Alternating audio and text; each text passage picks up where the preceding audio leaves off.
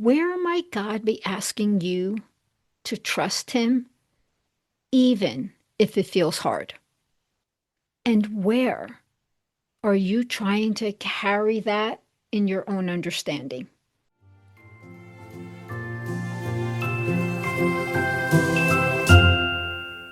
Hello, my friends. Come on in. It's always great to spend time with you. If you're a steady listener, welcome back. And if this is your first time joining me, I'm especially glad you found your way here. I'm Lucy Ann, and here at Amazing by Design, we intentionally take a pause from all the noise and the busyness of our everyday lives and come together to have honest conversations about how our faith intersects with our daily lives. And most importantly, what it looks like to live in connection with God from the inside out. No pressure, no performance, just genuine conversation. So if you can, pull up a chair, grab a cup of coffee or tea, and let's ease into today's conversation. I woke up recently with a simple thought. It was this: you can do hard things. Now, I have said that before, even to the women that I coach. But this time, as I sat with that statement, quote unquote, you can do hard things, I realized something. When I use that phrase, I don't mean it in the way that it's often understood. Because usually, when we hear that, it sounds like pushing through, or forcing your way forward, or bearing up underneath pressure, like relying on your own strength to make it happen. But what I was sensing felt very different, but yet stronger at the same time. Because with God, all things are possible. And that truth, it changes everything about how we walk through what feels hard. There was a season in my life where I had to walk through something I never could have imagined. After 19 years of marriage, I found myself facing divorce with two teenage children. It wasn't something I had planned. It was definitely something I tried to avoid. And yet, there I was. And in the years that followed, there were moments that required more of me than I felt I had to give. Perhaps there have been moments in your life where you have felt that way too. There was a particular time during that season when my son was struggling deeply with the new reality of our family. Although we had shared custody, the kid's primary residence was with me, and my son wasn't okay with that. After a while, he began to rebel, and things became increasingly difficult at home. I have found myself facing a decision that I didn't want to make. So I sat with my pastor and I shared what was happening. In that conversation, he asked me a question that I didn't see coming. He asked, would you release your son to go live with his dad if God asked you to? Well, I had to catch my breath before answering. And when I did, this is what I said. I would have to know without a shadow of a doubt that it was God. So his simple reply was, then ask him. So I did. I had a long talk with God, and I wrestled a lot because I didn't like what I was sensing God was asking of me. Everything in me was in resistance mode. I argued every argument I could possibly think of. I cried more tears than I'll care to think about. And oh, all the questions, they just kept coming up. Finally, I came to a place of surrender. I remember I was sitting up in bed, tears streaming down my face.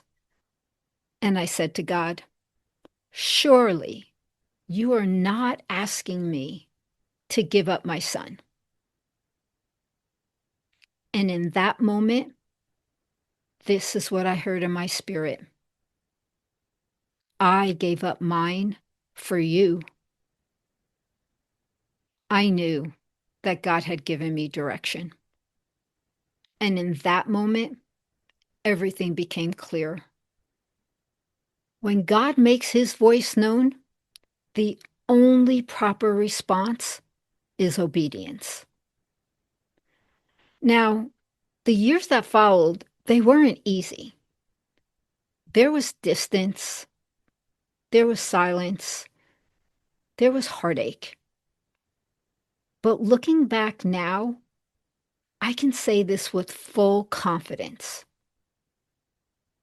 I was carried the whole time,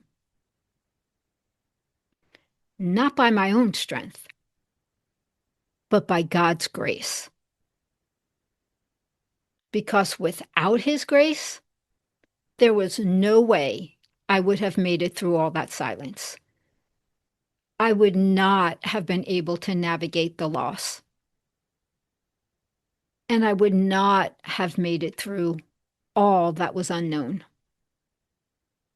And now, many years later, looking back, I can see something I couldn't see then. After a couple of years, my son went off to college. And at the end of his first year, his dad passed away unexpectedly. And through moments of reflection, I realized something that surprised me. And at the same time, it gave me eyes to see what I couldn't see in the moments when things were so hard. God had actually made a way for my son to have time with his dad that would last him for a lifetime. And simultaneously, he had also protected me. He protected me from carrying guilt that would have become a heavy weight for me had I not released my son to go live with his dad. What felt so hard in that moment was part of something I could not yet see. And this is why this is important to talk about today. We often ask God for clarity, but sometimes we resist what he shows us when it feels difficult. Because in the natural, it can look hard. It can seem impossible. And it most certainly can feel like more than we can bear.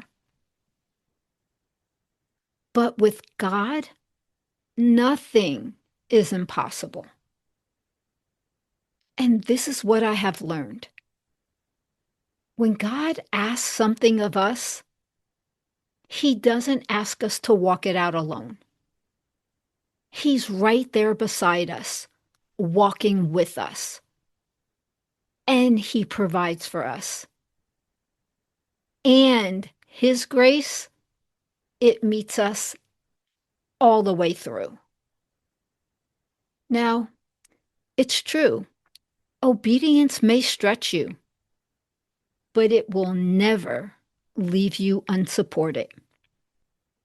Yes, there will be moments that feel difficult, moments that don't make sense, moments where you can't see the big picture.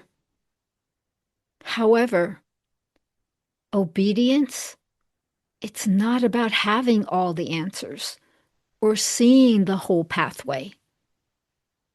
It's about trusting the one who can. Obedience, It's about surrendering control so that God's grace can carry you. So here's something to reflect on this week. Where might God be asking you to trust Him, even if it feels hard? And where are you trying to carry that in your own understanding instead of allowing His grace to meet you there? Don't take these questions lightly. Bring them to God. Listen for what He may be saying to you. And today, as we bring this conversation to a close, let's remember this. What feels hard in the moment may actually be part of something that God is lovingly arranging in ways that you cannot yet see. And when you choose obedience, you're not choosing struggle. You're choosing to walk with God and be carried by His grace. And that kind of trust is something that we continue learning together here in this space. So if you like to keep having conversations like this, you're always welcome to join me here each week. We gather in this space to slow things down and listen beneath the noise and keep on learning how to live from who we truly are. And if you'd like to explore this work more deeply, there's a link in the show notes. You can schedule a free call with me. For now, take this with you as you step back into your day. Obedience may stretch you, but it will never leave you unsupported. Let that truth resonate in your spirit today. Always remember, you are chosen, you are loved, you are amazing by design.